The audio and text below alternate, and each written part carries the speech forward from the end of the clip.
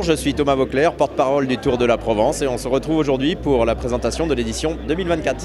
Très bonne surprise après l'annulation en 2023, nouvelle équipe et un renouveau pour ce Tour de la Provence avec une édition du 8 au 11 février avec un prologue et 3 étapes et un très beau moment de partage de sport en perspective. Le parcours est attractif dans le sens où déjà on a un prologue de 5 km qui va être du côté de Marseille, un aller-retour sur la corniche, très télégénique mais surtout avec un intérêt sportif indéniable.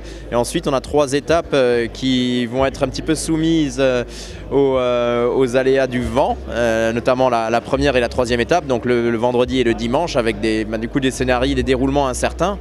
Et puis cette étape du samedi qui est la plus vallonnée, donc beaucoup d'incertitudes quant au profil du vainqueur final du Tour de la Provence 2024 et surtout une très grande valeur à chaque victoire d'étape, que ce soit au prologue sur les 3 suivantes. Ce qui est sûr, c'est que c'est pas un Tour de la Provence pour les purs grimpeurs. On n'a pas d'arrivée en altitude, donc de ce fait ça ouvre le champ des possibles.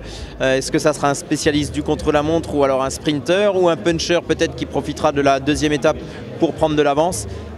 C'est difficile de le dire aujourd'hui et c'est d'autant plus, voilà, ça ménage le suspense, on va dire. La Provence, notre magnifique région, mérite une telle épreuve.